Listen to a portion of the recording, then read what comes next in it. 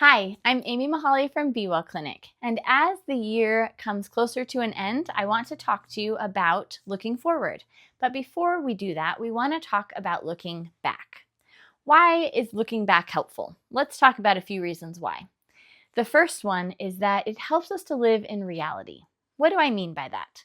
Living in reality is living within the amount of time something takes, the amount of time it takes for us to do, how much energy we have, how much emotional capacity we have.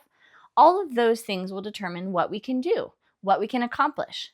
It is really exciting to set big goals, and we should. We should look forward. It's right to be excited to look to a new year or a new school year or a new month or whatever you like to do as a milestone. But if we're not looking back, we're going to have problems with succeeding. Why? Because maybe we're not living in the exact best reality. So here's what I propose doing. Looking back so that you can see what your reality is. How do you do this? What did you get done that you wanted to get done, and what didn't you get done? Why didn't you get those things done? Was it because unexpected things came up? Because that's reasonable. Or was it because you overestimated how fast you could do something? Which is also reasonable. We are learning and growing. We are not going to do this perfectly, especially when you try to do something new and you have no idea how it's going to turn out. Consider the very stereotypical idea of doing a house project and how many times you go to the hardware store. When you thought you only could go once, of course you go 10 times, right? Isn't that the joke? Well, that's a reality. The reality is we don't really know things until we get into them. So as you start new projects or you have new goals, you're going to have to shift your goals as things go. But if you only ever look forward, you're not going to be able to do that successfully. You're either going to miss things or you're going to be very stressed out because you are trying to keep up with those deadlines that you set for yourself without really knowing what that meant, or you're going to feel bad about how well or not well you are doing it. Shame and guilt are not helpful in this instance, right? So when we look back, it helps us to see the reality. It also helps us to know how to look forward in the goals we're setting. As we look back, the other thing we're going to do is look at the emotions that are appropriate for what has happened. It's helpful to look back and see what you did, but it's also important to look back and see how you feel. Are there things to celebrate? We should take time to celebrate. Are there things that you should be grieving because it's a loss or something hard happened?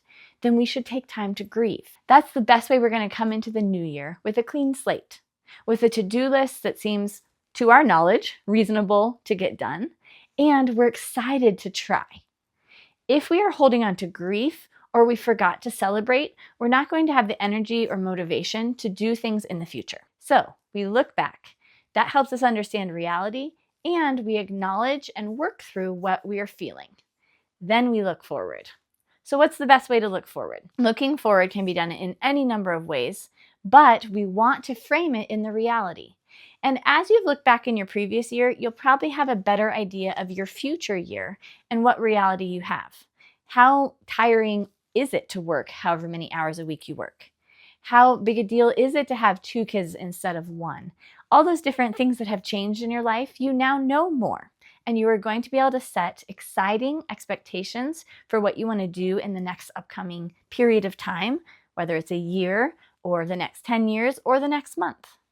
As you do that, it's going to be fun and exciting as opposed to a drag and overwhelming, because you have gone through your emotions and you are living in reality.